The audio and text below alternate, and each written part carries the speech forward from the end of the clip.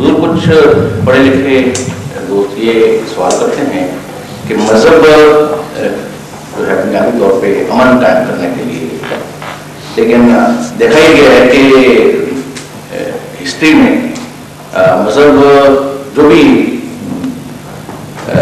ہوا اس کے نتیجے میں بہت ساری جنگیں ہوئی. اس کی کیا ایکسپلینیشن صحیح ہے کہ مذہب نے کس حد تک امن قائم کیا؟ اور یہ سوال ہے ہی ایسا جو پڑھے لکھوں کا سوال ہے. چنانچہ قرآن شریف نے سب سے پہلا سوال جو خدا سے کیا گیا ہے وہ یہی بتایا ہے، اور وہ فرشتوں نے کیا تھا جو پڑھے لکھے لوگ تھے اس زمانے کے. انہوں نے یہی اعتراض کیا جب اللہ نے فرمایا کہ میں زمین پہ خلیفہ بنانے لگا ہوں، تو آپ کو یاد ہوگا کیا سوال کیا تھا، کیا اعتراض اٹھایا گیا تھا. فرشتوں نے کہا کہ اچھا اس لیے کہ وہ زمین میں خون بہائے اور فساد برپا کرے. تو وہی پڑھے لکھوں کا سوال آج بھی جاری ہے، اور وہی جواب ہے اس کا جو اس وقت خدا نے دیا تھا. کسی نئے جواب کی ضرورت نہیں، کہ بالکل برعکس کام کی خاطر خدا بناتا ہے. اور فساد جو برپا کرنے والے ہیں وہ لوگ ہیں جن کو امن کی طرف بلایا جاتا ہے. فساد کی وجہ سے خدا اپنے پیغمبر بھیجتا ہے فساد کو مٹانے کے لیے، اور جو فساد کو مٹانے کے لیے آتا ہے اس کو پھر فساد کا ہی نشانہ بنایا جاتا ہے. تو وہ جو فساد نظر آتا ہے وہ پہلا دبا ہوا فساد ہے جو اس وقت کھل کر سامنے آ جاتا ہے، یا بغیر دبا ہوا بھی فساد ہوتا ہے. چنانچہ عام صلی اللہ علیہ وسلم کی بعثت کی بنیادی وجہ یہ فرمائی گئی قرآن کریم میں، ظہر الفساد فی البر والبحر، کہ زمین بھی فساد سے بھر گئی اور مغلوب ہو گئی، اور تری بھی اور سمندر بھی فساد سے بھر گئے اور مغلوب ہو گئے. یہ اشارہ تھا اس پہلے اعتراض کی طرف بھی، اور اس کا جواب بھی اس میں تھا کہ جس آدم کو ہم نے بھیجنا تھا، جس کامل انسان کی تخلیق کرنی تھی، وہ تو حضرت محمد مصطفیٰ صلی اللہ علیہ وسلم خاتم النبیین کی شکل میں پیدا ہونے کو ہوا ہے. اور وجہ اس کی یہ ہے کہ ساری دنیا فساد سے بھر گئی ہے، اور فساد کا جواب کیا ہے؟ امن. تو آپ کے مذہب کا نام کیا رکھا گیا؟ اسلام. اور امن پیدا کرنے والے کو کیا کہتے ہیں؟ مسلم. اس لیے آپ کے ماننے والوں کو مسلم کہا گیا. تو جواب تو پہلے دن سے ہی خدا تعالیٰ نے قرآن کریم میں رکھا ہوا تھا، اور اس کا جو جواب دیتے ہیں دشمن، وہ بھی قرآن کریم نے شروع میں بیان فرما دیا ہے. کوئی چیز چھپانے کی نہیں رکھی. فرمایا جب امن پیدا کرنے والے خدا کی طرف سے آتے ہیں تو فساد پہلے ہی ہوتا ہے، اور یہ غلط ہے کہ ان کی طرف فساد کو منظور کیا جائے. ان کو ان کے پیغام کو مٹانے کے لیے پھر فساد برپا کیا جاتا ہے. اور جب یہ کہتے ہیں اذا قیل لهم لا تفسدوا فی الارض قالوا انما نحن مسلمون، جب ان کو کہا جاتا ہے کہ تم فساد برپا نہ کرو، امن کرنے والے خدا نے بھیج دیے ہیں، تو جواب یہ دیتے ہیں ہم تو مسلم ہیں، جو ہے تم فسادی ہو.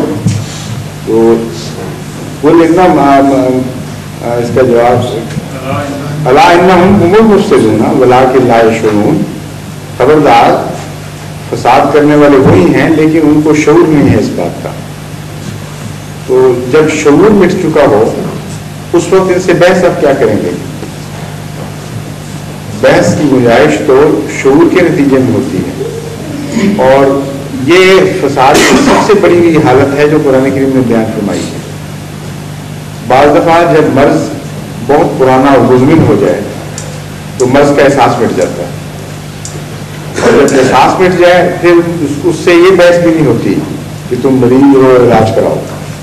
وہ کہتے تمہارا دماغ خراب ہوگا، میں مریض نہیں ہوں، میں بالکل ٹھیک ٹھاک ہوں. چنانچہ اس بڑے ہوئے مرض کی طرف یہ آیتیں اشارہ کر رہی ہیں کہ فساد حضرت صلی اللہ علیہ وسلم اس وقت تشریف لائے جبکہ فساد حد سے بڑھ چکا تھا، ہر جگہ غالب آ گیا تھا. جب آپ نے امن کا پیغام دیا تو لوگوں نے جواب میں فساد شروع کر دیا، اور جب ان کو کہا فساد نہ کرو تو انہوں نے کہا نہیں یہ ہم تو اصلاح کر رہے ہیں، زبردستی تمہیں ٹھیک کرنے کے لیے ہم نے تلوار اٹھائی ہے. اور اب اس کی روشنی میں جب آپ تاریخ اسلام کا جائزہ لیں تو ہر مذہب کی تاریخ کھل جاتی ہے، صرف اسلام کی نہیں۔ حضرت صلی اللہ علیہ وسلم نے اگر یہ فساد وہ کہتے ہیں مذہب کرتا ہے تو رسول کریم صلی اللہ علیہ وسلم نے کون سے ایسے اقدامات کیے تھے جس کے نتیجے میں فساد لازم تھا؟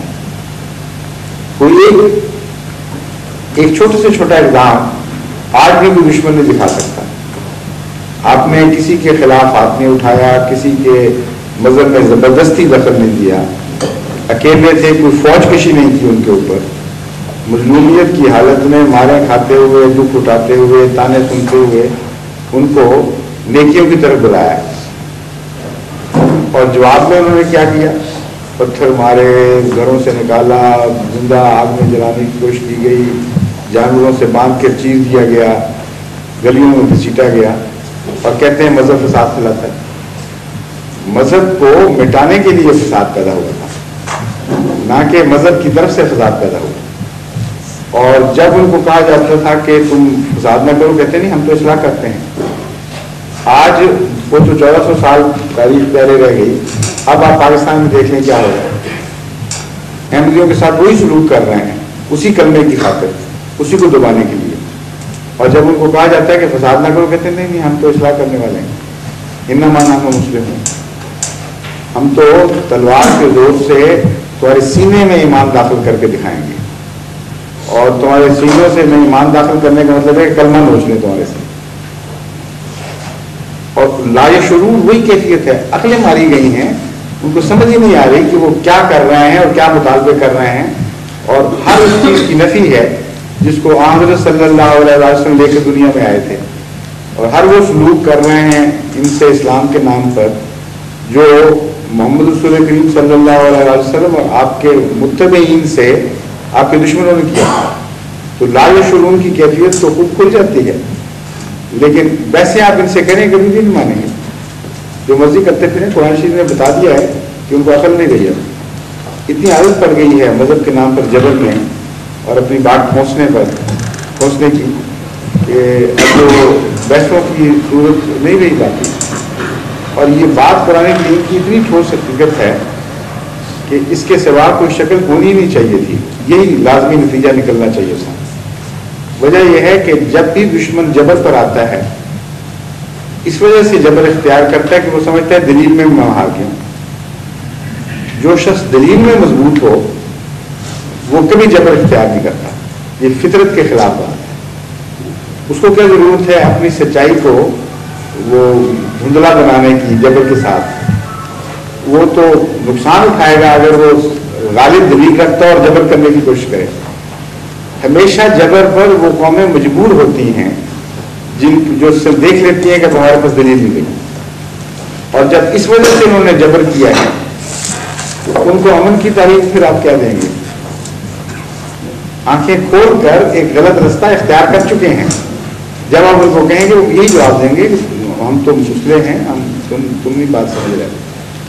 تو اس کا فیصلہ پھر آخر تقدیر کیا کرتی ہے، اور وہ فیصلہ بھی قرآن کریم میں کھول کے لکھ دیا ہے، لِيَهْلِكَ مَنْ هَلَكَ عَنْ بَيِّنَةٍ وَيَحْيَىٰ مَنْ حَيَّ عَنْ بَيِّنَةٍ۔